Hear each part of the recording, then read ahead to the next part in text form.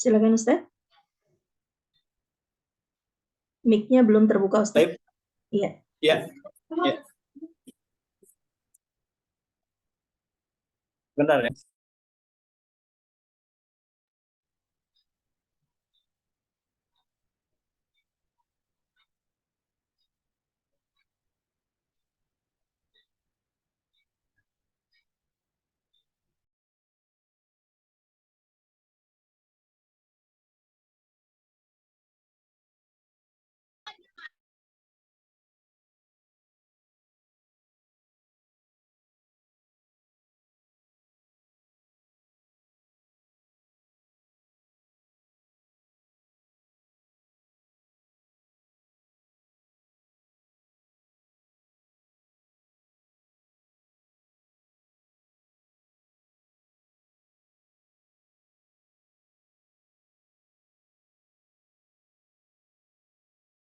Baik. Bismillahirrahmanirrahim. Assalamualaikum warahmatullahi wabarakatuh.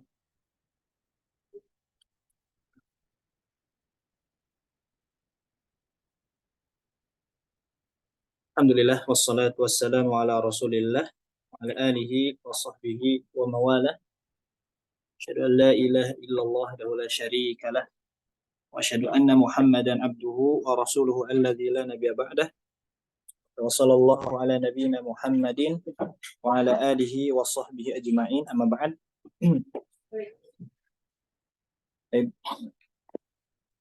Alhamdulillah pada kesempatan hari ini kita masih diberikan oleh Allah Subhanahu wa taala itu kenikmatan-kenikmatan yang tak hentinya kita dapatkan, dan insyaallah untuk pertemuan hari ini kita akan melanjutkan pembahasan Nadhumah Al-Jazariyah, syarah ringkas ya tentang Nadhumah ini. Terakhir kita membahas di bab yang kedua, ini bab makharijul huruf, sebagaimana yang telah dijelaskan di pertemuan yang lalu bahwa Al-Imam Ibnu Jazari rahimahullahu taala itu mengawali pembahasan ini dengan makhraj dan sifatul huruf. Dengan makhraj dan sifatul huruf, karena makhraj dan sifatul huruf ini merupakan pokok ya dari pengucapan huruf. Ya, dari pengucapan huruf, bentuk huruf atau bunyi sebuah huruf. Taib. Makanya Al-Imam Ibnu Jazari rahimahullah pernah menyebutkan di dalam kitab An-Nashr, ya, kalau misalkan ada huruf yang makhrajnya sama, maka bisa dibedakan dengan sifatul huruf. Sebaliknya, kalau misalkan ada huruf yang memiliki sifat yang serupa, sifat yang sama, maka bisa dibedakan dengan makhraj. Jadi itu sebuah kaidah yang mesti kita pahami, ya, yang dikatakan oleh Al-Imam Ibnu Jazari rahimahullah, ya.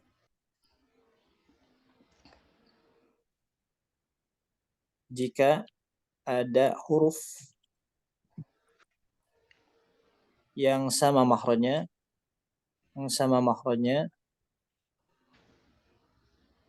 maka dibedakan dengan sifat. Begitupun sebaliknya, ya, jika ada huruf yang sifatnya sama, maka dibedakan dengan makhraj. Dengan makhraj. Baik.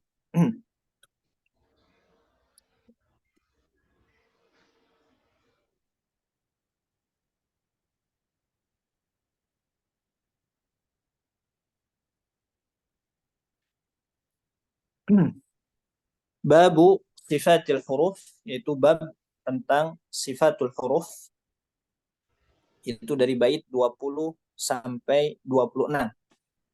Ya. Di muqaddimah dahulu Al-Imam Ibnu Jazari mengatakan makharijul hurufi was sifati liyalfidhu bi afsahil lughati.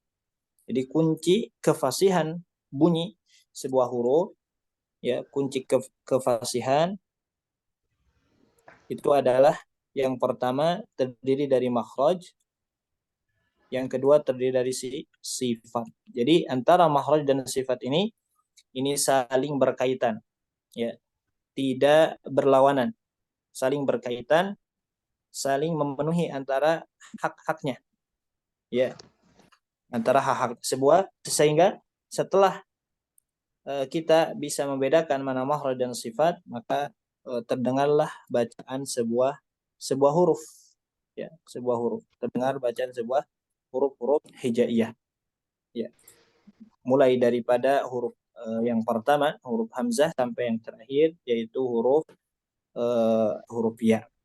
Taib. Beliau mengatakan, Al-Imam Ibnu Jazari rahimahullahu taala, sifatuha, ya, sifat-sifat huruf haknya kembali kepada al-huruf, itu huruf-huruf.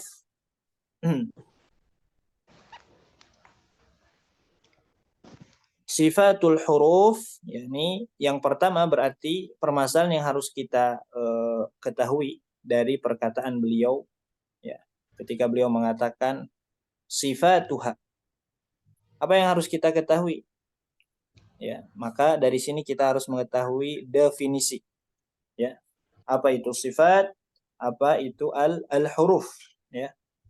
Al-sifat, para ulama mengatakan, ya, maqama bi syai'in.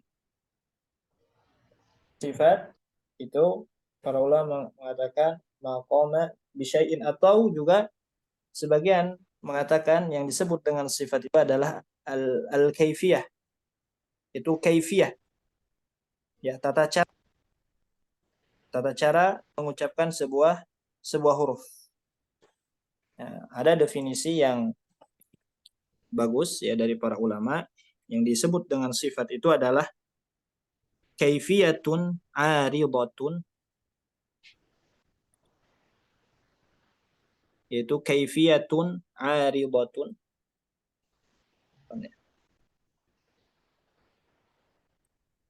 kaifiyatun aridatun, kaifiyatun aridatun lil harfi. Nah, ini definisinya, yaitu tata cara aridatun yang nampak pada sebuah huruf, ya, atau bunyi yang nampak pada sebuah huruf. Bunyi yang nampak atau bunyi tata cara yang nampak pada setiap huruf inda husulihi fil makhraj, inda husulihi fil makhraj. Baik. Yang kedua, inda husulihi fil makhraj, yaitu tata cara pengucapan tata cara kaifiyatun aridatun lil harfi, itu sebuah tata cara pengucapan huruf yang nampak pada huruf tersebut inda husulihi fil makhraj, ketika huruf tersebut, ya, sampai kepada makhrajnya. Artinya ketika terbenturnya makhraj, ya, ketika terbenturnya dua organ mulut kita, yaitu makhraj, ketika kita mengucapkan makhraj, maka disitulah akan muncul sebuah kaifiyah, tata cara, yang mana tata cara tersebut, ya, yang akan bisa membedakan antara huruf dengan huruf yang lain, ya, meskipun nanti makhrajnya sama, ya, seperti itu. Jadi kaifiyatun aridatun lil harfi inda husulihi, inda husulihi fil makhraj. Kemudian wa tatamayyazu bidzalikal huruf, yang berikutnya adalah wa tatayammazu bidzalikal huruf, bidzalikal huruf, bidzalikal huruf al-muttahidatu,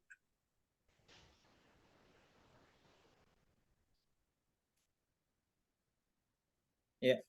Kemudian selanjutnya adalah wa tatamayyazu bidzalik, dan dengan hal tersebut, ya, dengan adanya sifat, dengan adanya tata cara ketika dua organ kita masuk ke makhrajnya, maka dengan hal tersebut akan muncullah tatamayyazu bidzalika, akan berbeda, ya, huruf-huruf yang tempatnya sama. Huruf-huruf yang tempatnya sama akan terdengar berbeda, akan bisa membedakan, ya. Ba'duha an ba'din. Ba'duha an ba'din. Ya. Ya, antara sebagian huruf dengan huruf yang lainnya. Nah, di sini kita bisa mengetahui bahwa inti dari permasalahan sifat huruf ini adalah kaifiyah. Nah, kemudian ada juga mahraj. Jadi kalau kita simpulkan di sini ada alat. Mahraj itu alat yang kita benturkan. Ya. Sedangkan kaifiyah sifat itu adalah tata cara membenturkannya. Tata cara membenturkan. Benturkan dua alat tersebut. Nah, gitu ya, kesimpulannya seperti itu. Jadi misalkan ketika kita ingin menghasilkan sebuah bunyi, maka kita akan mengetukkan dua benda. Nah, ketukan dua benda akan berbeda antara benda dengan benda yang lainnya. Besi dengan besi, misalkan kita ketukkan akan menghasilkan bunyi yang berbeda. Dengan kayu kita ketukkan, benturkan dengan kayu, atau besi dengan kayu, ya, atau besi dibenturkan ke tembok, atau besi dibenturkan ke tanah, atau besi dibenturkan ke tubuh manusia, maka akan menghasilkan bunyi yang berbeda. Kenapa? Karena benturannya atau alat benturnya itu berbeda. Itulah gambaran makhraj. Ya, misalkan ya ujung lidah bertemu dengan langit-langit, tengah lidah bertemu dengan langit-langit bagian tengah, kemudian pangkal lidah bertemu dengan langit-langit bagian pangkal. Nah, itu akan menghasilkan bunyi yang berbeda. Taib, ya demikian. Tapi nanti ada kalanya ketika kita ingin mengeluarkan sebuah bunyi, terkadang nanti alat yang kita benturkannya sama. Udah, Dek. Contoh misalkan kita benturkan antara besi dengan besi dengan ingin menghasilkan bunyi yang berbeda. Bagaimana tata caranya? Ya, dengan membedakan kaifiyah, tata cara membenturkan. Misalkan ketika kita menggesekkan besi dengan memukulkan besi, itu akan berbeda bunyinya. Nah, begitupun gambaran antara makhraj dan sifat. Ya. Jadi makhraj itu alat bentur, kemudian sifat itu adalah tata cara membenturkan. Akan berbeda nanti ketika ada orang yang membenturkan tubuh manusia ke tubuh yang lain. Ya, dipukulkan misalkan antara kulit dengan kulit. Ya, akan berbeda antara pukulan dengan tamparan. Bunyinya akan berbeda. Kenapa berbeda bunyinya? Karena tata cara menamparnya, memukulnya berbeda. Seperti itu. Begitupun di dalam organ mulut kita. Baik. Nah, itu ya dari makhraj sifat. Nah, kita harus pahami demikian. Kemudian yang harus kita pahami juga di dalam pembahasan sifat ini, selain yang kita tadi bahas, untuk melatih makhraj dan sifat, ini kita harus fokus hanya pada bunyi suara saja. Ya. Jadi ketika kita sebagai murid misalkan sudah bisa menyamakan bunyi murid dengan guru, sama suaranya, otomatis nanti makhraj dan sifatnya pun akan masuk kepada tempatnya, sudah benar. Tapi belum tentu nanti ada orang yang dari segi tata cara, dari segi kaifiyah, dari segi letak tempatnya, ketukan tersebut terjadi, bunyi secara teoritis sudah benar, tidak ada yang keliru, tapi bunyinya keliru. Ada juga yang demikian. Ya, makanya fokus kita ketika kita melatih makhraj dan sifat itu bunyi. Ya, perlu diperhatikan fokus pada bunyi. Ya, makanya tidak ada secara teoritis, secara teori tidak ada dalil-dalil yang menyatakan misalkan Nabi mengatakan mengucapkan makhraj huruf ba demikian, ya tata cara mengucapkan huruf ba, tata cara mengucapkan huruf-huruf hijaiyah tidak ada. Ya, karena memang apa namanya itu pokok pada bunyi tersebut adalah dari segi sifat ini adalah bunyi seorang guru secara turun temurun dari generasi yang lalu sampai generasi sekarang, atau dari generasi sekarang kita mengambil ke generasi yang sebelumnya sampai ke generasi yang awal, yaitu para sahabat juga Nabi kita Nabi Muhammad Shallallahu Alaihi Wasallam. Ya, dan ini dijaga dengan baik, ya, dijaga dengan baik karena yang menjamin pengucapan huruf dijaga dengan baik dari segi lafaz dan makna itu adalah Allah Azza wa Jalla. Inna nahnu nazzalna dzikra wa inna lahu lahafizun. Jadi dijaga. Ya, salah satu bentuk penjagaannya adalah para ulama diantaranya mereka me, menemukan atau membuat teori-teori yang berkaitan tentang tata cara pengucapan huruf, mulai dari makhraj juga sifat, ya, juga sifat. Baik. Nah, itu yang pertama ya. Kita harus mengetahui terlebih dahulu apa namanya itu definisi sifatul huruf. Adapun al-huruf yang dimaksud di sini adalah huruful hija atau huruful hijaiyah yang jumlahnya 29. Baik. Kemudian beliau mengatakan ya, atau sebelum ke sana kita juga harus mengetahui apa namanya itu faidah, ya, faidah mengetahui sifatul huruf. Di antaranya dijelaskan oleh para ulama ada 3 faidah yang akan kita dapatkan ketika kita mempelajari sifat huruf. Yang pertama adalah kita bisa membedakan antara huruf dengan huruf yang lain. Yang kedua adalah kita bisa membedakan mana huruf yang qawi, mana huruf yang dhaif, mana huruf yang kuat, mana juga huruf yang lemah. Yang salah satu fungsinya mengetahui sifat qawi, sifat lemah ketika mempelajari huruf itu adalah salah satu fungsinya adalah untuk nanti pembahasan al-idgham, ya. Ketika terjadi idgham maka antara kuat dan lemah itu sangat diperlukan sekali di dalam pengucapan sebuah huruf, ya. Baik. Kemudian selanjutnya Imam Ibnu Jazari mengatakan jahrun warihun mustafil munfatihun musmadatun wabdidda kul, ya. Beliau mengatakan yang pertama di antara sifatul huruf itu jahrun.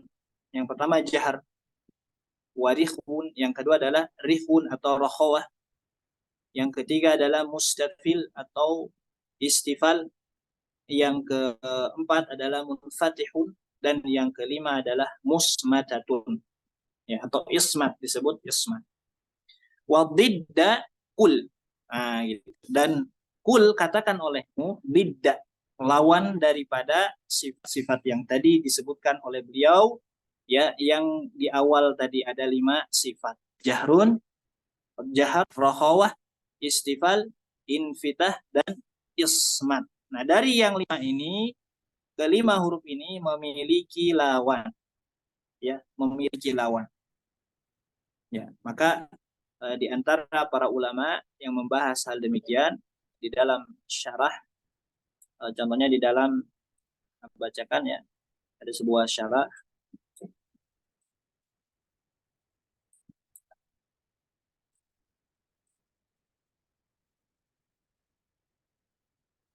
Allah.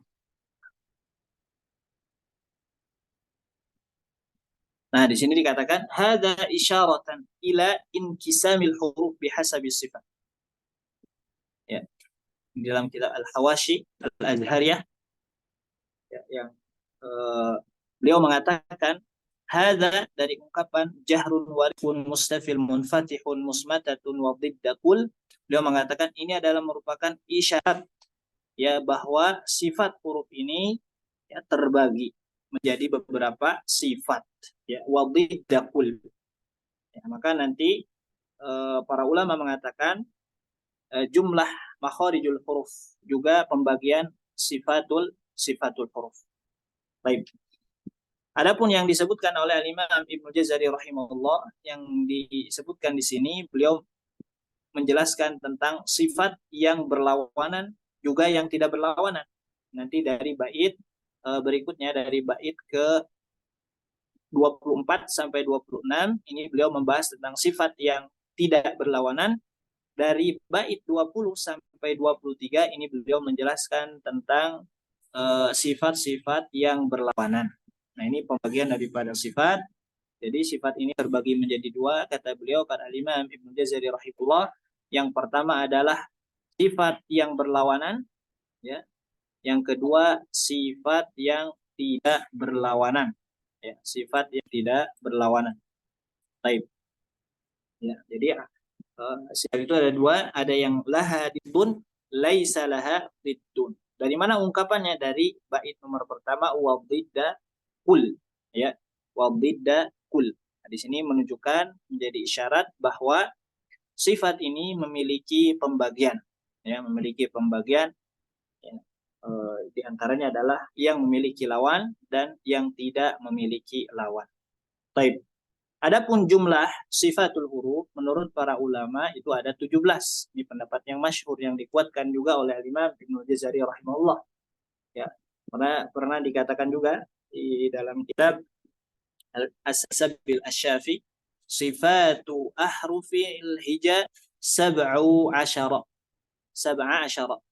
Jadi sifat huruf hija, huruf yang hijaiyah itu jumlahnya ada 17. Dan ini sesuai yang dikatakan oleh Imam Jazari rahimahullahu taala. Ya, meskipun nanti jumlah makharijul huruf juga ada perbedaan para ulama, ya, perbedaan para ulama tentang jumlahnya. Ada yang menambahkan nanti sifat al-khafa, juga ada yang menambahkan sifat gunnah, juga sifat-sifat yang lainnya. Adapun jumlah 17 ini berdasarkan pendapatnya Imam Ibnu Jazari, juga yang dikatakan oleh Al-Imam Sibawaihin rahimahullahu taala. Beliau juga mengatakan bahwa jumlah sifatul huruf itu ada 17 sifat. Baik. Kemudian selanjutnya adalah jahrun, warihun, mustafil, munfatihun, musmatatun. Jahar, rokhawah, istifal, munfatihun, musmatatun. Ya, apa itu jahar? Nah, jahar ini memiliki lawan. Di antara lawannya adalah hamas yang dijelaskan di bait 21. Kata beliau mahmusuha. Ya, mahmusuha yang dihembuskan. Ya, ini oleh beliau dari segi bahasa sudah menggunakan kata mahmus, maf'ul, yang dihembuskan. Yang dihembuskan. Apa yang dihembuskan? Yaitu napasnya. Jadi sebenarnya ketika kita mendengar kata mahmusuha juga, itu kita sudah memahami, ya, memahami huruf tersebut tidak perlu didefinisikan sebenarnya, ya. Jadi mahmus itu yang dihembuskan. Apa yang dihembuskan? Itu nafasnya, ya. Jadi ada sifat hamas atau mahmus, ya, lawannya adalah ada jahar, ya. Nanti kita insya Allah akan didefinisikannya masing-masing. Ini kita bagi dulu. Kemudian warihun, rokhawah. Rokhawah ini memiliki lawan, yaitu lawannya itu di bait 21 juga syadiduha, yaitu syiddah. Sifat syiddah. Jadi jahar sifatnya hamas, kemudian rokhawah sifatnya adalah syiddah. Nah, lawannya syiddah. Kemudian munfatihun. Munfatihun itu infitah, ya, lawannya adalah sab'u ulwin di bait nomor 22. Sab'u ulwin atau ulwin isti'la, kita sebut isti'la. Wa sab'u ulwin, dan 7 huruf yang ulwin, yang ditinggikan, yang dinaikkan, ya. yaitu yang kita sebut isti'la.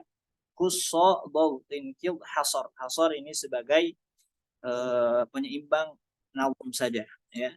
Penyeimbang nazam karena harus sama lin umar dengan hasar. Kemudian juga dikatakan musmatatun, ya, musmatatun munfatihun, ya, munfatihun dulu. Yang mustafil tadi lawannya isti'la, mustafil lawannya isti'la. Kemudian munfatihun lawannya adalah mutbaqah di bait nomor 23. Wasadu dadun ta'un dha'un mutbaqah. Nah, ini mutbaqah ini itbaq, lawannya infitah. Baik. Kemudian musmatatun. Sedangkan yang terakhir adalah sifat ismat yang memiliki lawan di bait 23 al-mudlaqah, itu sifat idlaq. Hurufnya farra min lubbin. Huruful mudlaqah itu huruf-huruf yang idlaq. Nah, ini sifat yang memiliki lawan. Jadi jahar sifatnya lawannya hamas, rokhawah lawannya adalah syiddah, dan di antara kedua tersebut nanti memiliki sifat pertengahan di bait 22, sifat baina. Ya, baina, makanya dinamakan bainiyah. Wa baina rihwin wasyadid lil umar. Dan antara rokhwa dan syadid dan syiddah itu ada huruf lin umar. Nah, lin umar ini memiliki sifat tawasud atau kita sebut bainiyah dari kata baina. Disebut tawasud dari kata pertengahan antara rokhwah dan syiddah. Kemudian mustafil tadi yaitu isti'la, hurufnya khussa dhautin qid, kemudian infitah memiliki sifat itbaq, kemudian ismat memiliki lawan yaitu idlaq. Baik, nah ini diantara sifat-sifat yang berlawanan, ya, yang disebutkan oleh Imam Ibnul Jazari rahimahullahu taala. Mulai dari yang pertama yaitu sifat hamas, ya, sifat hamas. Ya, kita di layar yang lain kita coba.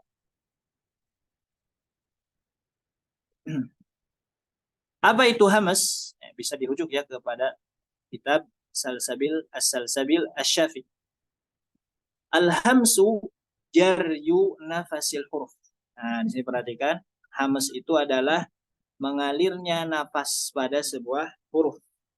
Ya, nafas mengalir pada sebuah huruf itu yang disebut dengan hamas. Ya. Nah, ciri huruf-huruf yang hamas, ya, ketika kita mengucapkan huruf tersebut, kita sukunkan, kemudian ada nafas yang mengalir, ya, karena nanti kita harus bisa membedakan mana nafas yang mengalir, mana suara yang mengalir. Kalau huruf-huruf yang hamas, fahassahu syakhsun sakat, itu hampir semuanya huruf tersebut selain nafasnya mengalir, pasti juga memiliki sifat rokhwah, suaranya mengalir. Jadi secara sederhananya, huruf-huruf yang hamas ini, ya, selalu memiliki sifat rokhwah, kecuali dua huruf saja, yaitu huruf ta dan huruf kaf. Ya, artinya ketika kita ingin mengalirkan nafas, ya, harus disertai dengan suara mengalir. Itu huruf-huruf hamas, diantaranya fa, fahassahu, fa, ha, sa, ha, syakhsun, shin, kha, syakhsun, huruf shad, sa, sin, kaf, dan huruf ta. Kaf dan ta ini hanya nafas saja yang mengalir, suaranya tidak mengalir. Yang lainnya suaranya mengalir atau memiliki sifat rokhwah. Sebaliknya nanti, tidak semua yang suaranya mengalir atau tidak semua yang huruf rokhwah itu memiliki sifat hamas, ya. Harus menghilangkan karakter hamasnya ketika kita membaca huruf-huruf yang rokhwah. Baik. Nah, di sini dikatakan al-hamsu jaryu jaryun nafasil huruf, ya. Nah, ini dikatakan jaryun nafasil huruf, ya.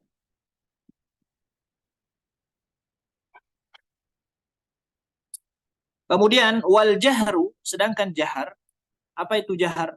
Habsu jaryihil ma'ruf, atau habsu menahan aliran nafas, ya. Hamas itu mengalirkan nafas, sedangkan jahar itu menahan nafas, ya, tidak mengalirkan nafas, ya. huruf-huruf jahar itu selain fahasahu syakhsun sakat, ya, meskipun nanti ada ya ulama yang mengelompokkan huruf-huruf eh, jahar tersebut, ya. Di antaranya ada ulama yang mengatakan dhalla qawwara badun idh waza jundun mati'un. Ya, ini agak susah ya huruf-huruf jahar. Nah, ada yang mengelompokkannya, ya, tapi kalau untuk pembelajaran sebenarnya yang lebih mudah selain fahasahu syahsun sakat itu jahar. Nah, gitu ya. Meskipun nanti ada ulama yang mengelompokkannya. Baik. Kemudian selanjutnya adalah ar-rakhawah atau tadi disebutkan rihun oleh Imam Ibnu Jazari. Ya, apa itu rihun? Jaryu saut, ya, mengalir suara. Nah, di sini kita bedakan ya nafas dengan suara. Baik. Rohwa itu mengalirkan suara. Wasyiddatula. Wasyiddatula. Sedangkan syiddah itu la. Maksudnya adalah tidak dialirkan suaranya.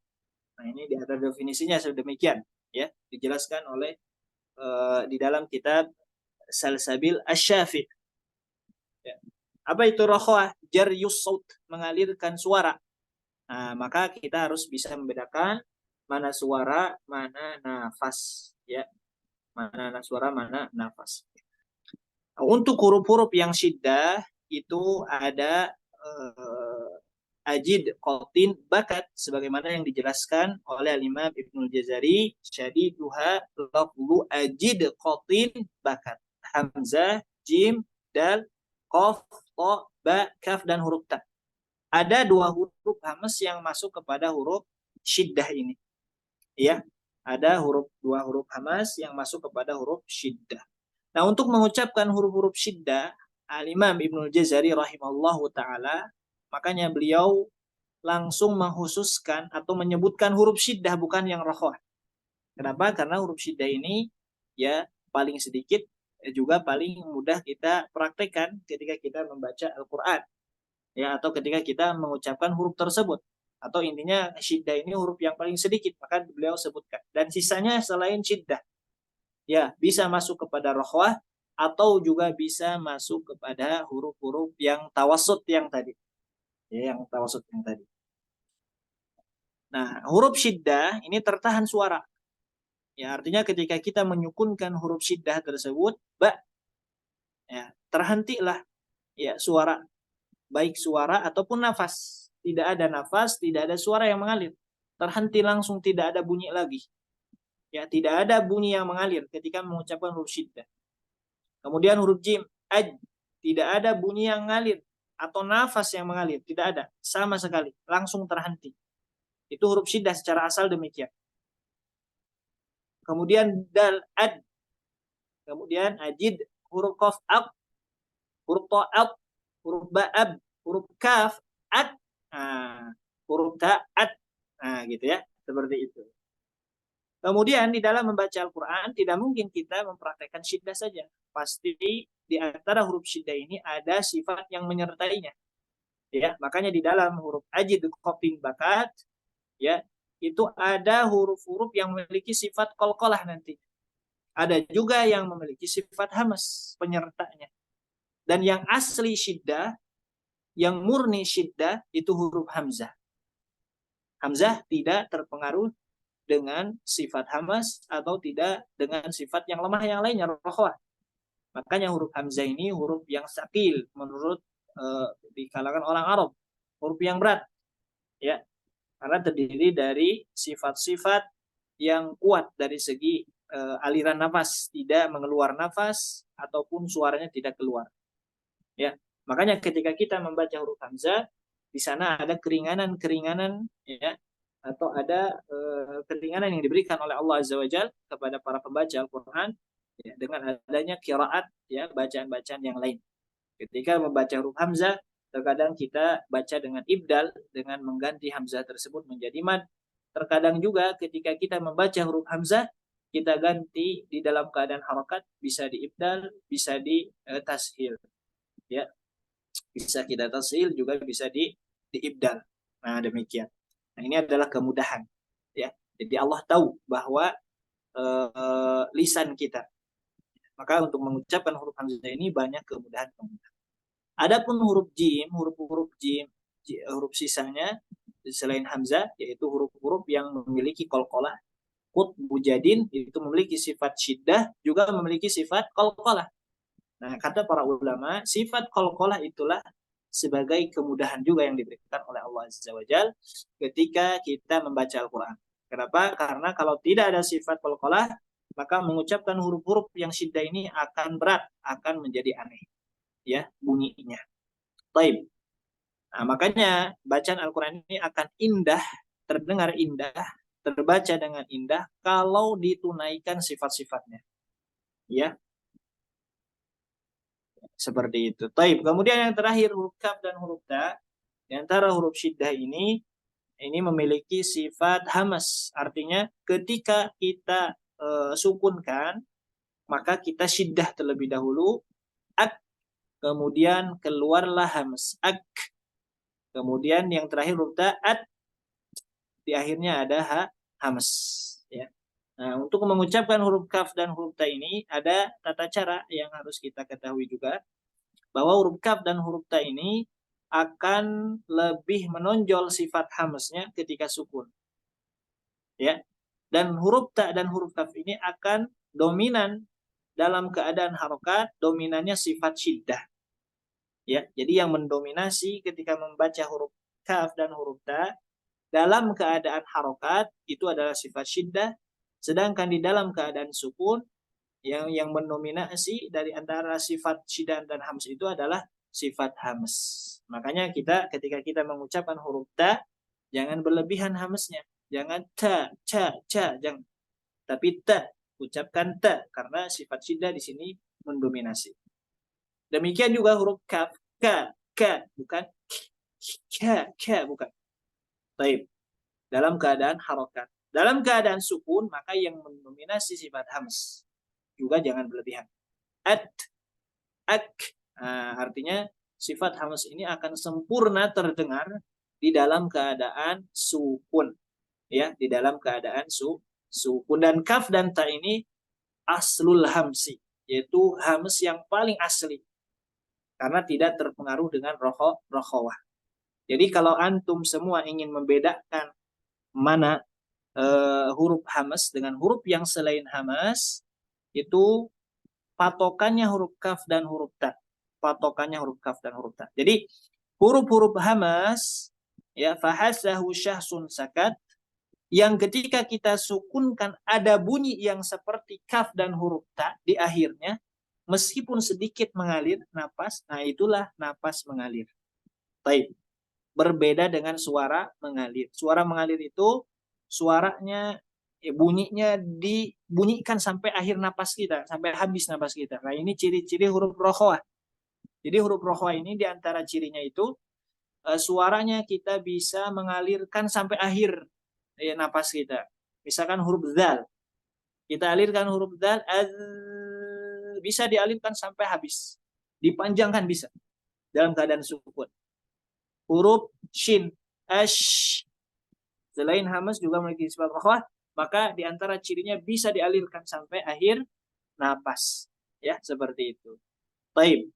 Adapun sifat yang syiddah itu tidak, ya, tidak bisa dialirkan bahkan langsung terhenti.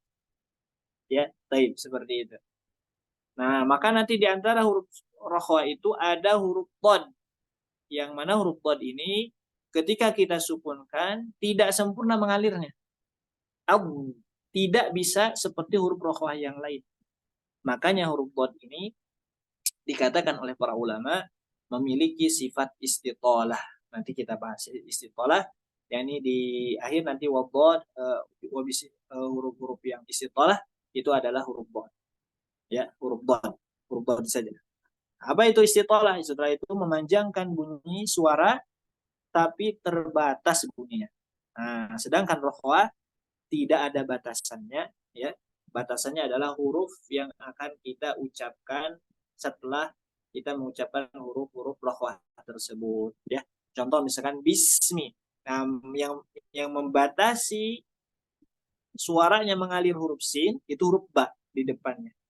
Bismi, huruf mim. Bismi. Baik, itu batasannya. Tidak ada yang membatasi kecuali huruf yang lain yang akan kita ucapkan. Baik, demikian huruf rokhwa. Kemudian dikatakan wal wastu baina halatain hasula.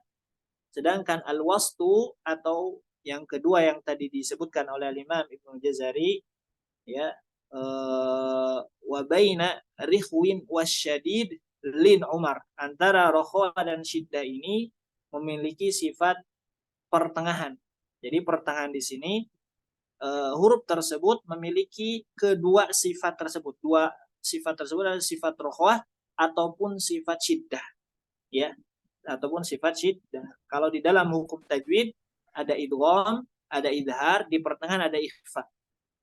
Ya, demikian juga di dalam pengucapan huruf ada suara mengalir rokhwah, ada suara tertahan syiddah, ada yang tidak terlalu tertahan, juga tidak terlalu mengalir atau memiliki sifat mengalir, ada sifat tertahannya ada, yaitu dinamakan oleh para ulama bainiyah atau apa namanya itu, tawassut, ya, atau tawassut, ya. Baik. Apa huruf tawassut? Huruf tawassut diantaranya ada 5. Lin Umar, lin Umar, ya. Tawassut itu hurufnya ada 5, yaitu lin Umar. Nah, ada pun tata cara pengucapan huruf tawassut, ya. Huruf tawassut ini baina halatain. Baina halatain. Di sini dikatakan baina halatain. Hasula, didapatkan dua keadaan.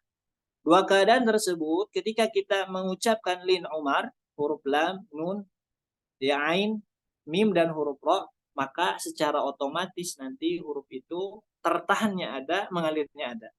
Ana kasih contoh misalkan huruf lam. Huruf lam secara kaidah, ya. Secara kaidah huruf lam ini mahrajnya nanti akan terbentur di mahraj. Terbentur di mahraj, ya. Di mahraj di sini terbentur di sini, pinggir ujung lidah bertemu dengan langit-langit. Ya, ini lidah, ini suara misalkan. Nah, ini terbentur di sini. Tertahan, itu sifat syiddahnya. Nah, nanti huruf lam ini akan mencari celah, ya, celah yang ada di daerah mulut kita. Maka bisa dialirkan huruf lam kalau ada celah di kanan dan kiri lidah. Ya, di kanan kiri lidah ada celah sehingga mengalirlah suara dari kanan dan kiri. Nah, kanan dan kiri ini juga disebut oleh para ulama sifat al-inhiraf. Jadi huruf lam ini tidak akan sempurna kalau tidak ada sifat inhiraf. Jadi harus ada inhiraf. Ya, inhiraf itu mengalir ke kanan juga ke kiri. Di situ juga disebut dengan tawassut. Ya, bunyi tawassut antara apa namanya itu tertahan dan mengalirnya. Jadi saling berkaitan, ya, antara sifat dengan sifat yang lain. Baik. Itu huruf lam. Begitupun huruf nun, lin, huruf nun tertahan di makhrajnya. Ujung lidah bertemu dengan langit-langit belakang huruf lam. An tertahan di sana, dialirkan melalui hidung. Nah, ini rokhwahnya melalui hidung, syiddahnya ada di makhrajnya. Ya. Kemudian lin Umar, huruf ain juga sama. Ya. Ditahan, kemudian dialirkan. Mim juga sama. Huruf ro juga sama, ada getaran. Ya, ada getaran. Baik, dengan getaran tersebut di sana ada menahan dan mengalirkan bunyi. Baik, nah ini ya seperti huruf-huruf yang tawassut. Lin, Umar. Nah, perlu kita pahami juga huruf secara kaidah asal bunyinya itu muncul langsung dari makhrajnya. Ya, secara asal. Kebanyakan huruf hijaiyah ketika kita benturkan maka indah husulihi fil makhraj, jadi dikatakan maka dari sanalah keluar tata cara kaifiyah bunyi-bunyi dari makhraj. Taib, ya, dari makhrajnya. Jadi bunyi hamas dengan hamas huruf ta dengan hamas huruf sin tentunya beda nanti bunyi hamasnya. Hamas huruf ta dengan hamas huruf ha itu juga akan beda karena letaknya beda. letaknya beda ya, cara membunyikan napas mengalirnya. Ya, seperti itu. Nah, ini secara umum. Jadi secara umum huruf itu berbunyi dari makhrajnya secara umum. Tapi nanti ada huruf-huruf yang memiliki keistimewaan, di antaranya huruf lin umar. Huruf lin umar ini huruf tersebut, huruf lam, contoh huruf lam ketika kita benturkan di makhraj, mengalir bunyinya itu bukan di makhrajnya, tapi dari jalur yang lain. Nah, gitu ya. Dari jalur yang lain. Begitupun huruf nun, dari jalur yang lain. Begitupun huruf ain, begitupun huruf mim, begitupun huruf ro. Dari jalur yang lain, ada bantuan yang lain. Nah, makanya nanti muncul sifat-sifat yang lain. Adanya sifat inhiraf, ada sifat takrir, ya. Ini asalnya dari sana. Baik, ya demikian. Termasuk huruf dhad. Huruf dhad juga tidak sempurna dialifkan, tapi dimasukkan kepada rohwah, maka dicantumkanlah sifat al-istitalah. Nah, demikian ya. Demikian. Jadi antara sifat dengan sifat yang itu saling berhubungan, dan bunyi huruf itu secara kaidah berasal dari mahrojnya, bunyinya itu shin, huruf shin. Ash, bunyi napas mengalir, suara mengalir dari mahrojnya, ya, tidak kemana-mana. Baik, demikian. Ya, nanti ada huruf-huruf yang bisa seperti demikian. Kemudian dilanjut raf'ul lisani bil huruf isti'la. Adapun isti'la, ya, lawan yang memiliki lawan oleh Imam Jazari yaitu infitah. Isti'la lawannya adalah istifal, ya. Istifal lawannya isti'la. Beliau mengatakan yang disebut dengan isti'la itu adalah raf'ul lisani bil huruf. Menaikkan lidah, ya, pada huruf tersebut. Ya, raf'ul lisan. Dinaikkan lidah, pangkal lidahnya dinaikkan ke langit-langit. Kemudian juga suara otomatis nanti ditekan ke arah atas. Itu huruf-huruf isti'la, khussa, dhalin, kyaw, ya. Naik ke atas suaranya, lidahnya pun sama. As, ya, aku, ya. Kemudian aku, demikian huruf-huruf isti'la. Kemudian adapun lawannya yaitu istifal, isti'la lawannya istifal, wa khafduhu biha, ya, yakni khafdul lisan bil huruf, ya, menurunkan lidah ke rahang bawah. Nah, itu huruf-huruf yang istifal. Huruf istifal diturunkan lidahnya, istilah dinaikkan lidahnya. Nah, ini ya perbedaan antara istilah dan istifal. Baik. Ya, bagaimana cara menurunkan lidah ke posisi rahang bawah? Nah, ini kita bisa menelaah huruf yang paling banyak antara istifal dengan istilah itu, sebenarnya yang paling banyak huruf istifal. Artinya huruf istifal ini sebenarnya paling mudah kita ucapkan, mudah dan sesuai dengan tabiat manusia. Kenapa? Karena ketika kita tidak mengatakan huruf, tidak mengucapkan huruf sedikit pun, ketika kita dalam kondisi diam, maka lidah itu berada di posisi aslinya. Di mana posisi asli lidah? Ya, terletak di rahang bawah. Tidak ada orang yang ketika dia diam, ya, lidahnya terus naik, tidak ada. Ya, pasti lidahnya itu di rahang bawah. Nah, begitupun kita ketika kita mengucapkan huruf-huruf istifal, ya, lawan daripada isti'la, ya, sama, ya. Jadi si lidah itu diposisikan di rahang bawah, ya, di rahang bawah. Baik. Juga suara nanti diarahkan ke bawah. Baik. Nah, itu adalah istifal. Contoh misalkan ketika kita mengucapkan ba, ta, sa, ja, ha, da, za. Nah, lidah di bawah, jangan dinaikkan sama sekali, jangan ditarik. Jangan. Ya. Adapun huruf yang tebal baru kita ada ada yang kita tinggikan si lidahnya, dinaikkan. So, bo, ada yang digerakkan lidah.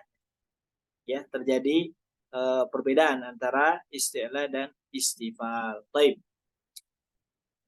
Kemudian kita lanjutkan mutbaqah, yaitu itbaq, lawannya adalah munfatih, infitah, yang disebutkan oleh Imam Ibnu Jazari. Infitah lawannya adalah al-itbaq.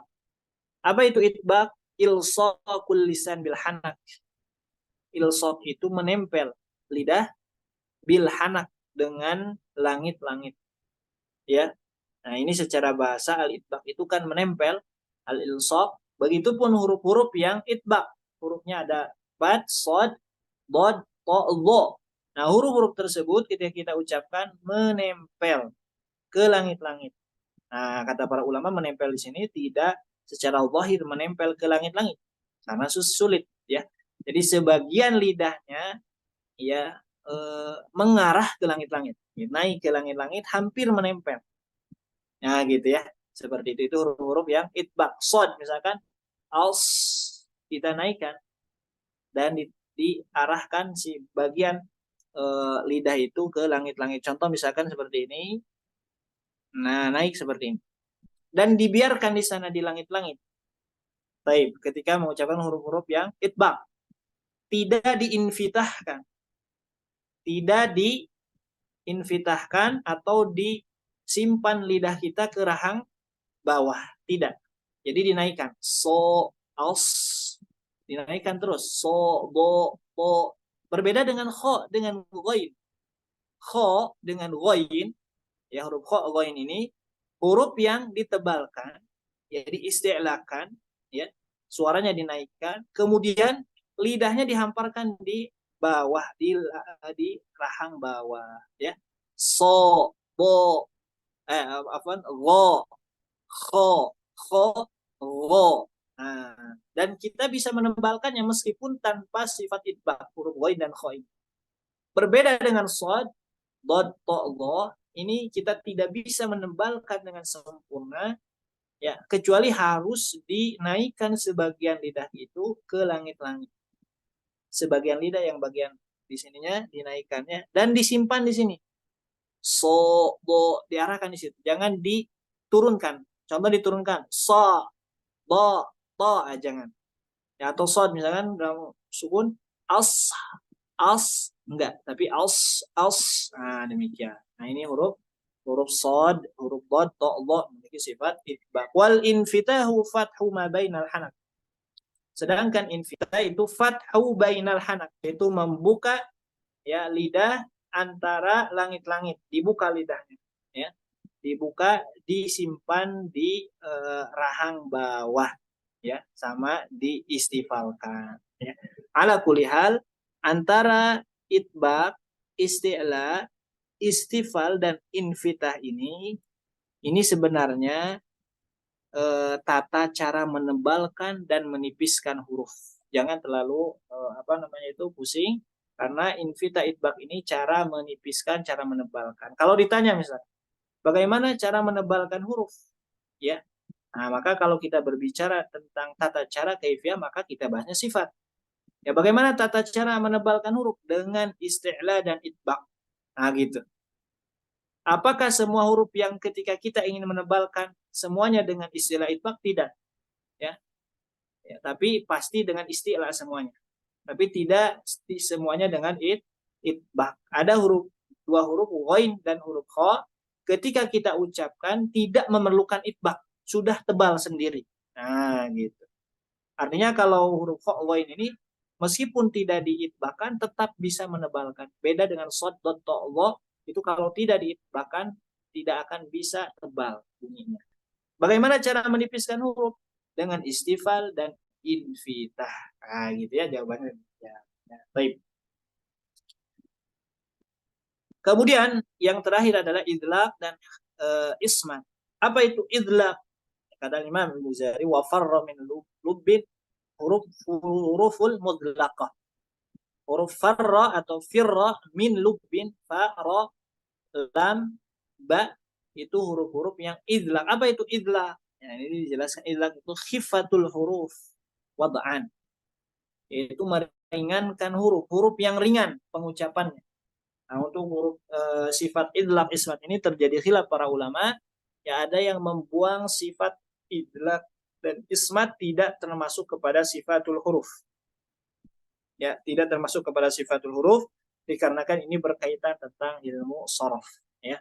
Nah, khifatul huruf, apa itu khifatul huruf? Meringankan huruf-huruf yang ringan pengucapan, ya, huruf-huruf yang ringan. Jadi di dalam kalimat orang Arab biasanya ini akan ada muncul di dalam satu kata itu huruf-huruf yang idlaq, ya, pasti ada, ya, kecuali huruf-huruf yang ajam yang di luar Arab itu biasanya hilang huruf idlaqnya. Di antaranya misalkan asjad, asjad, asjad itu huruf bukan asli Arab, makanya tidak ada huruf idlaq. Atau huruf al ustad, ustadun, kan? Ustadun ini secara kaidah, secara di dalam ilmu bahasa Arab, ustad ini bukan Arab asli.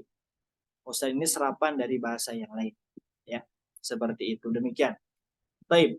Jadi huruf-huruf yang memiliki kata atau kalimat yang memiliki huruf idlaq ini relatif mudah diucapkan, ya. Idlaq itu dinamakan idlaq.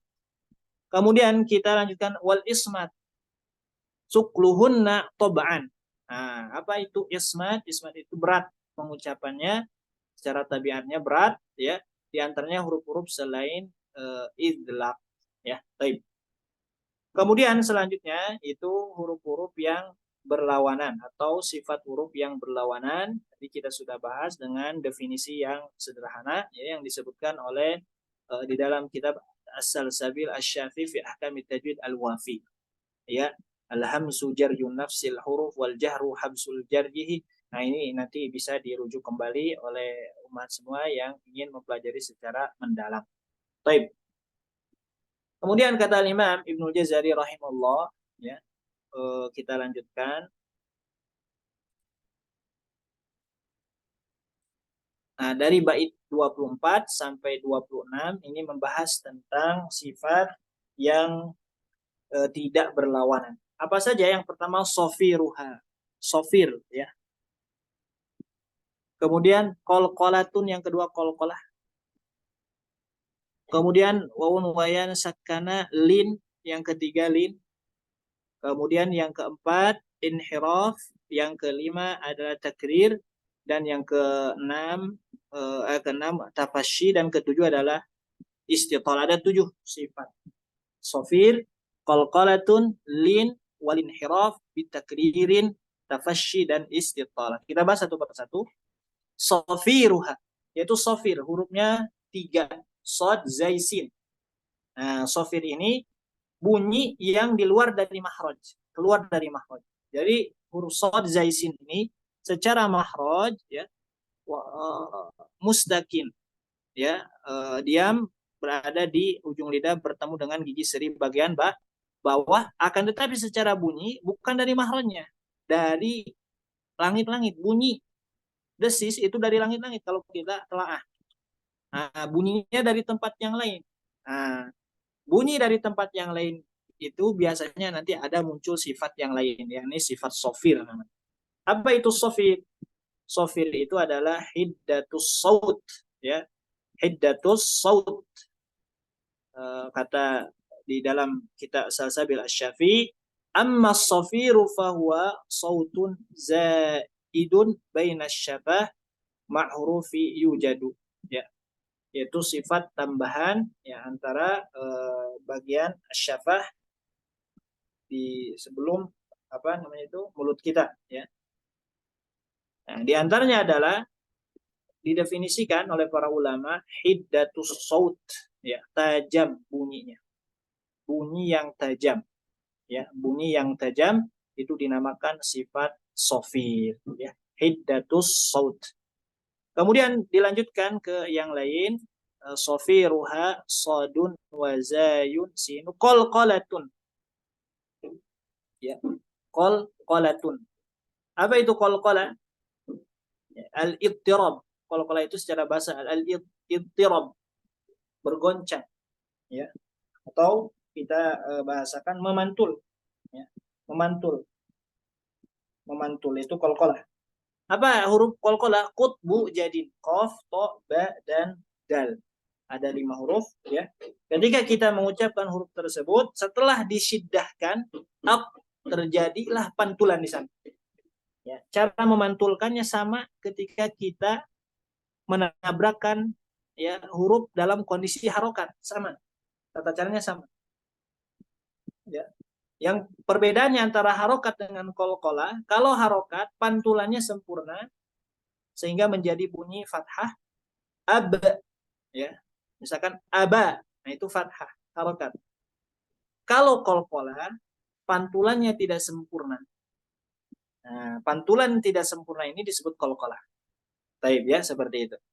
Kok misalkan ko harokat. Kalau di qalqalahkan disukunkan ako. Nah, gitu. Kalau disempurnakan ako, jadi sempurna harokat. Taib. Huruf to juga sama. Alpo tidak sempurna harokatnya. Disempurnakan harokatnya alpo. Abe tidak sempurna, disempurnakan harokatnya aba. Aja tidak sempurna harokat, disempurnakan harokat aja. Ade tidak sempurna harokat, disempurnakan harokat jadi ada. Taib. Ini perlu kita perhatikan, perlu kita tahu juga. Karena ini nanti terjadi kesalahan di sini.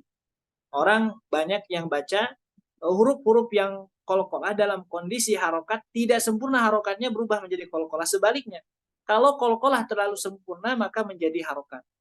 Contoh waja'alna, misalkan waja'alna, waja'alna. Nah, jadi ini. Faja'alahum, faja'alahum, faja'alahum, faja'alahum. Nah, ini hati-hati. Ya, hati-hati. Makanya para ulama juga menyebutkan bunyi qalqalah ini harokat far'i, termasuk harokat far'i, ya. Itu qalqalah. Kemudian kita lanjutkan walin, huruf lin, ya, huruf lin. Apa itu lin? Ya, lin itu as-suhulah, ya. Lin itu secara kata para ulama disebut lin itu adalah as-suhulah, ya, as-suhulah. Jadi mudah, pengucapan yang mudah, pengucapan huruf yang mudah, yang asalnya berat, ya, tapi ketika ada huruf lin maka jadi mudah. Ai, au, ai, au, ya. Nah itu. Kalau tidak dilinkan jadi au, nah, gitu. Jadi au atau misalkan ai, nah itu berat. Ya, ai, au itu berat. Makanya dilinkan au sama ai itu lin. Itu disebut dengan lin as-suhulah.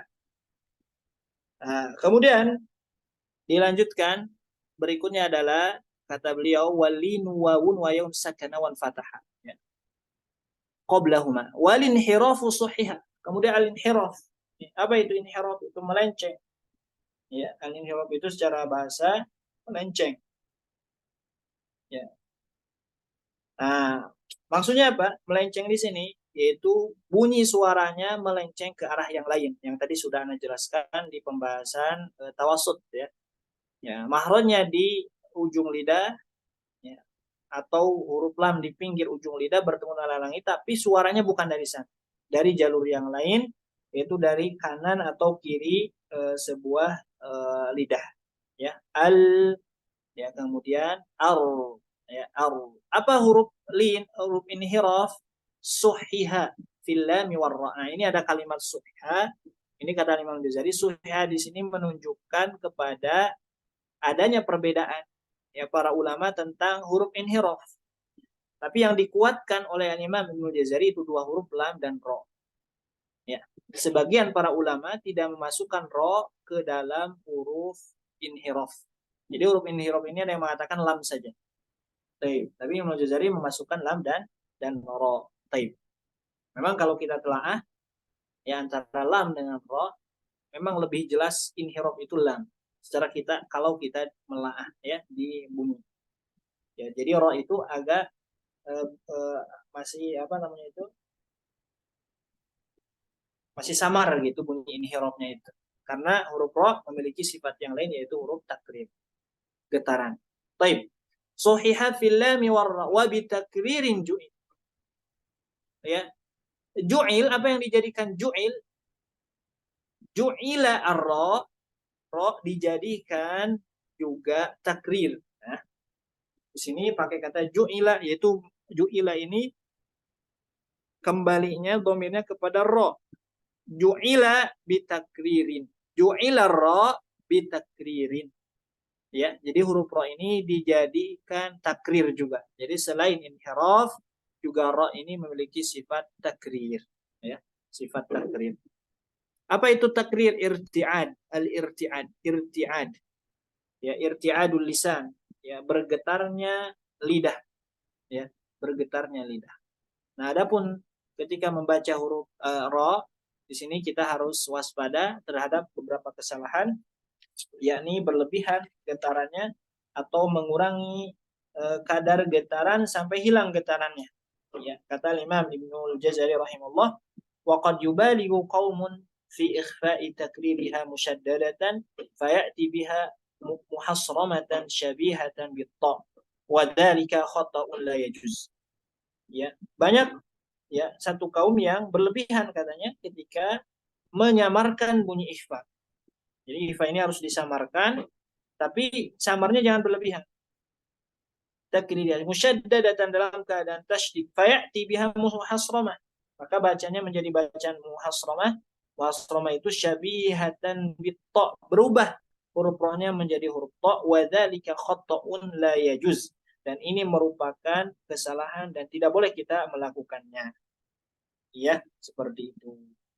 Kemudian juga kata Imam Mar'ashi rahimahullahu taala, fala wajha li naf'i takrir anhu bil kulliyah. Jadi tidak ada ya kita tidak boleh untuk menghilangkan bunyi takrir secara keseluruhan di dalam bunyi huruf ro. Baik. Itu huruf ro. Ya, kemudian kita lanjutkan ju'il walid tafasyi. Huruf tafasyi ini huruf shin saja. Ya, intishar, tafasyi itu intishar, menyebar. Bunyi suara, napas suaranya itu menyebar di mulut-mulut kita. Angin ya menyebar di mulut kita antara lisan dengan langit-langit. Ya, jadi banyak kasratu intishari khurujir rih bainal lisan wal hanak. Jadi menyebar angin di dalam mulut kita. Ash, ya, demikian ini. Kemudian yang terakhir dhad dan istatil. Huruf dhad itu huruf yang istitalah. Nah, istitalah itu tadi kita jelaskan itu memanjang.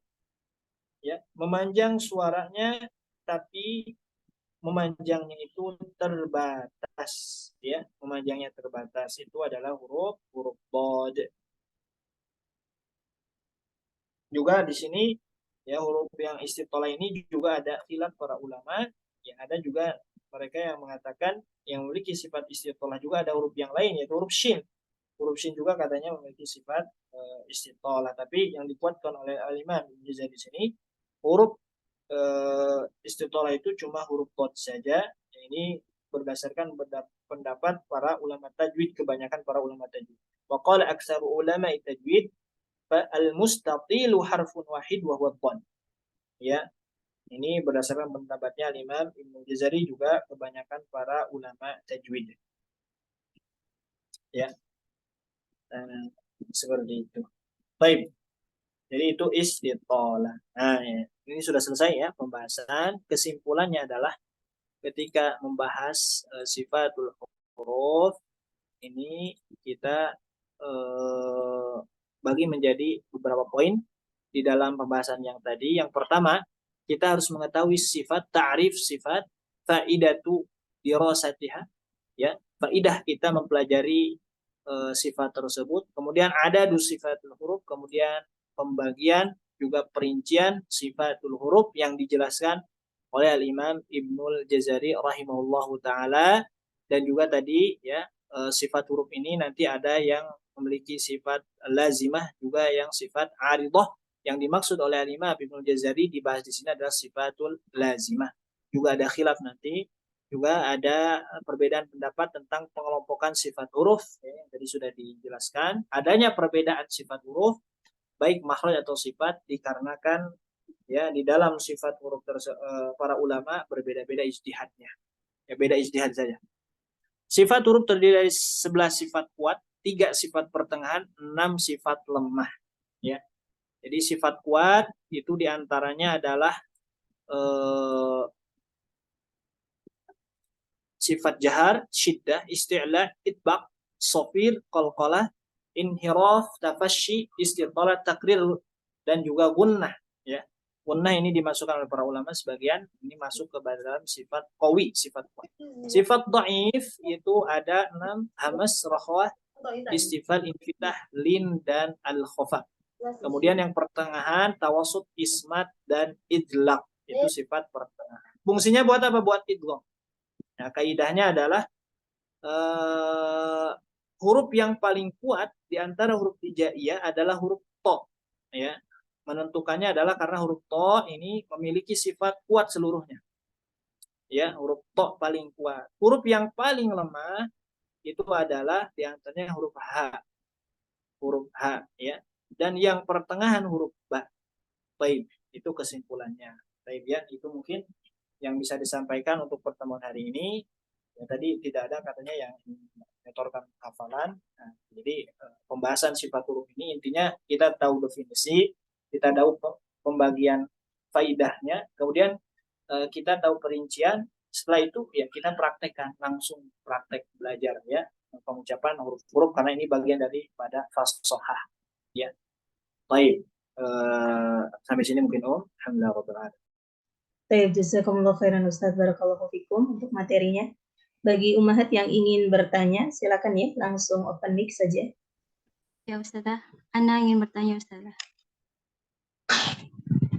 Assalamualaikum warahmatullahi wabarakatuh Ustaz. Waalaikumsalam, silakan. Ya, assalamualaikum.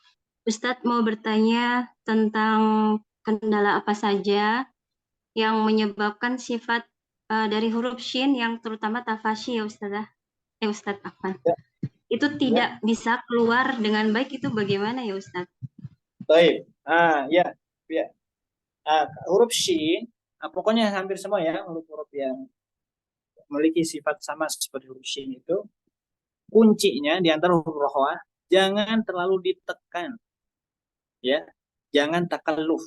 Kalau kita mengucapkan huruf shin dengan takalluf, ditekan berlebihan, gak ada nanti bunyi tafasyinya. Itu mungkin yang anak pelajari. Contoh huruf shin misalkan, jadi harus mudah, harus enteng. Ash, gitu, ash, gitu. Jangan ash. Nah, kalau terlalu kuat nanti akan susah dikeluarkan napasnya. Begitupun tafasyinya akan susah. Nah, gitu ya. Nah, jadi untuk huruf-huruf rohwah harus hati-hati ya, terutama huruf-huruf hamas juga, jangan ditekan berlebihan, jangan terlalu kuat menekannya. Nah, gitu. Baik. Ada lagi? Silakan. Bunyinya malah seperti huruf shad, Ustaz. Berarti itu tengah lidahnya tidak naik ya Ustaz? Kalau menjadi shad itu berarti mahraj keliru. Pasti itu mahraj yang keliru, ya. Jadi kalau bunyinya nanti berubah dari shin ke bunyi yang lain, bunyi shin itu dihafalkan bunyi shin. Nah, itu bunyi shin. Kalau bunyinya masuk ke bunyi yang lain, jadi huruf shad itu keliru, berarti menempel ketukannya. Ketukan mahrajnya keliru. Itu pasti lidah bagian ujung yang nempel ke langit-langitnya, bukan bagian tengah. Coba saja perhatikan, nanti kita praktekkan ya. Kita bunyikan desis dari ujung lidah sampai ke pangkal lidah. Contoh anak kasih contoh. Nanti akan bunyinya akan beda-beda antara bagian tersebut. Anak kasih contoh misalkan dari sin. As. Nah, gitu. Nah, ini secara alamiah bunyi as itu pasti di tengah lidah. Secara alamiah, nggak ada yang bisa yang nggak bisa dibohongi bunyi. Bahkan kalau misalkan baca Al-Quran di balik tirai, baca Al-Quran pakai cadar, online, nah, orang yang sudah mahir ketika kita mengoreksi itu nanti akan ketahuan di sini makhrajnya keliru meskipun tidak melihat isi dari gambaran mulutnya, tidak ya. Nah, demikian. Jadi ini juga dari pembelajaran huruf ini kita bisa simpulkan ya, bukan pada gambar, bukan bunyi, bukan pada gambar. Jadi meskipun antum semua misalnya yang sudah mengajar dan lain sebagainya didetailkan gambarnya sampai sedetail-detailnya, tanpa ada suara yang benar, itu tidak akan bisa orang mengucapkan huruf. Taib ya. Jadi bukan di gambar, tapi di bunyi. Nah, kalau ada bunyi yang melenceng dari guru, yang keliru, yang beda bunyinya, yang secara apa namanya pokoknya keluar dari kaidah huruf tersebut, nah itu biasanya mahrojnya yang keliru. Ya, seperti itu. Tapi kalau misalkan hurufnya itu tetap bunyinya ash tapi bunyinya jadi tebal, sya, berarti itu biasanya kelirunya di sifat. Demikian. Kalau misalkan bunyi aliran ashnya kurang ngalir, berarti itu keliruannya di dalam sifat juga. Mahrojnya sudah benar biasanya. Jadi untuk mengucapkan huruf itu kita pukulkan atau kita ketukan mahrojnya dulu yang benar dengan cara disukunkan. Ad, mahrojnya ditahan. Oh, udah benar mahrojnya. Tinggal kaifiyah tata caranya. Nah, demikian ya. Jadi kalau bunyinya jadi husod, jadi bunyi yang lain itu pasti keliru mahroj. Jadi yang dibenahinya bukan sifat tapi mahrojnya dulu harus tepat gitu. Baik, barakallahu fiik. Amin. Syukran Ustaz. Dipahami? Jazakumullah khairan. Insya Allah sudah Ustaz. Ya. Baik. Ada lagi yang lain silakan. Ya, silakan Bu Rina. Silakan langsung di itu aja ya, di open mic-nya ya.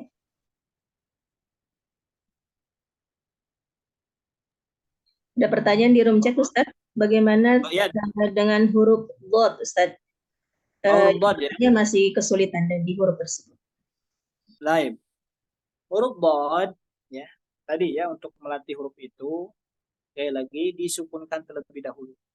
Ya. Yang pertama ya untuk kalau ada yang bertanya kesulitan sebenarnya jawabannya satu sebenarnya. Latihan sebenarnya. Itu jawabannya. Cuma kalau kita rinci gini. Untuk melatih sebuah huruf itu kita dengarkan dulu bunyi, patokannya bunyi. Ya, misalkan huruf dhad bunyinya bagaimana. Nah, kita berusaha untuk menyamakan bunyi itu. Dengan cara apa berusaha menyamakan bunyinya itu? Dengan kita bisa memahami teori-teori, ya, itu sebagai wasilah, pendekatan. Yang kedua adalah dengan menghafalkan. Bunyinya dihafalkan. Harus dihafalkan. Sebagaimana kita menghafalkan rasa manis bagaimana, rasa asin bagaimana gitu ya.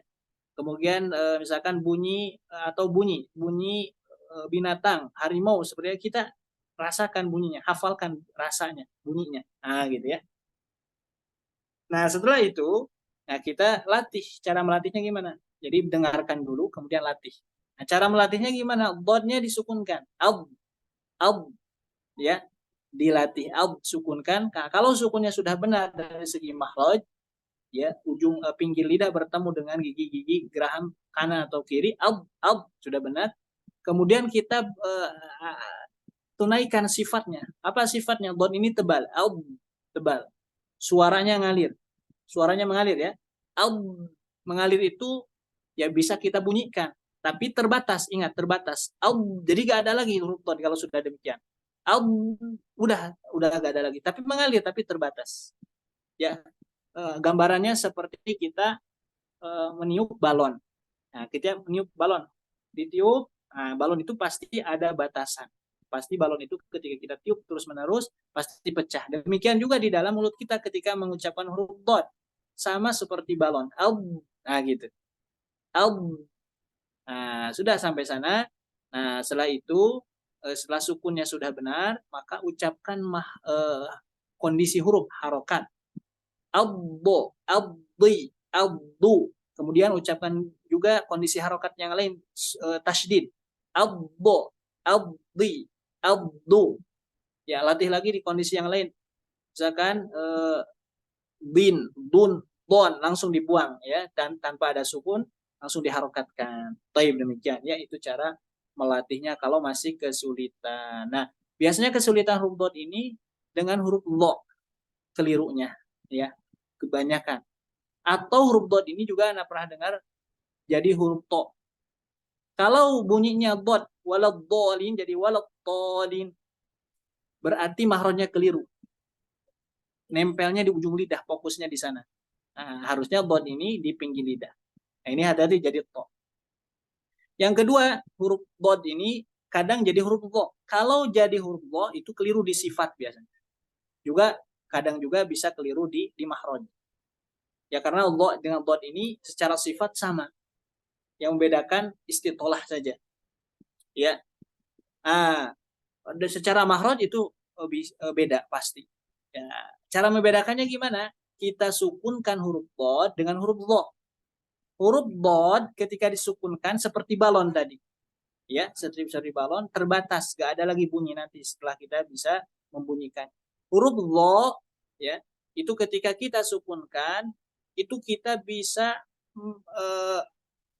membaca huruf tersebut sampai napas kita habis, sampai panjang bisa. Nah, kalau ada yang bunyi demikian itu dha pasti, bukan huruf dhad. Kalau dhad udah tidak ada lagi.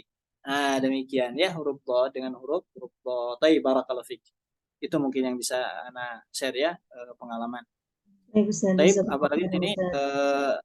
sifat sofir apa ujung lidah menekan kuat di seri bawah untuk desisnya. Oh ya, taib. Nah, untuk sifat sofir ini perlu kita pahami. Sofir ini sifat ya atau ya tambahan gitu ya, atau tambahan bunyi tambahan. Nah, huruf sod zaisin ini kata Al-Imam Ibnu Jazari juga di pembahasan mahal dulu pernah kita sebutkan wasofiru mustaqim. Sofir ini istiqrar, diam di sana, di makhrajnya. Jadi kalau kita gambarkan ada kuda-kuda ya. Misalkan ini huruf sod zaisin. Nah, makhraj ini sebagai kuda-kudanya. Kuda-kuda. Pondasi lah. Bahasanya pondasi. Taib. Di makhraj itu tidak mengeluarkan bunyi. Tidak ada aliran desis di dalam makhraj itu. Ujung lidah bertemu dengan gigi seri bagian bawah. Nah, kalau kita telaah, ya, tidak ada bunyi yang muncul dari sana. Nggak ada. Lalu dari mana bunyinya? Dari langit-langit. Coba perhatikan bunyi desis, semua yang mendesis ya, kalau manusia gitu ya pasti dari langit-langit. Huruf S juga kita orang Indonesia pasti dari langit-langit. Gak ada yang dari ujung lidah bertemu dengan gigi seri, gak ada. Ya. Nah, kemudian kenapa para ulama menyimpulkan makhraj itu ada di ujung lidah bertemu dengan gigi seri bagian bawah? Ya. Nah, ini kata Imam Jazari wasofiru mustaqim ini maksudnya. Mustaqim itu huruf makhraj ini sebagai pondasi. Tidak bisa kita lepaskan. Karena kalau kita lepaskan ujung lidah dengan gigi seri bagian bawah, tidak akan memunculkan bunyi desis. Tidak mungkin, tidak akan ada. Coba aja dipraktekkan. Ucapkan sod zaisin dalam kondisi sukun tanpa menyentuhkan ujung lidah ke gigi seri bagian bawah. Atau misalkan pondasinya diganti. Jangan di gigi seri bagian bawah ke bagian yang lain. Gak bisa mengeluarkan desis. Baik, jadi seperti itu. Adapun desis keluarnya dari ujung lidah, dari langit-langit bagian atas. Nah ini bukan makhraj, itu sifat.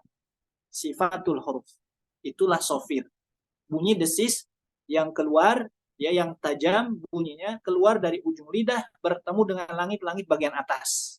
Itulah sofir. Baik ya, paham insyaallah ya. Itu sifat sofir. Ada lagi yang lain silakan.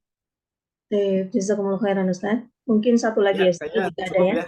Ya cukup. Baik Ustaz. Barakallahu fikum. Silakan ditutup Ustaz. Baik, untuk pertemuan hari ini mungkin kita cukupkan sekian ya untuk pembahasan sifatul huruf itu adalah tadi intinya itu kita paham sifat tarif, definisi, kemudian jumlah makhraj, faidahnya, jumlah sifat, faidahnya juga kita tahu pembagiannya dan hafalkan saja dari sifat jahrun warihun sampai istatil itu sebagai pendalilan ya, pendalilan kita nanti ketika kita ada yang bertanya kepada kita mengucapkan bukan dengan qaul pribadi, dengan perkataan pribadi, tapi langsung kita ungkapkan perkataan para ulama. Ya, tujuannya menghafal nazam, menghafal bait ini untuk dihafalkan. Untuk pendalilan tujuan nanti kepada yang lain. Ya, seperti itu mungkin. Jadi jangan terlalu diambil yang terlalu mendalam ya untuk di awal-awal, dan kalaupun diperdalam secara detail pembahasan sifat huruf ini ya intinya sama aja nanti bunyi huruf gitu intinya itu ya. Baik, itu mungkin qul qouli hadza wa astaghfirullah li wa lakum subhanakallahumma wa bihamdika asyhadu an la ilaha illa anta astaghfiruka wa atubu ilaik.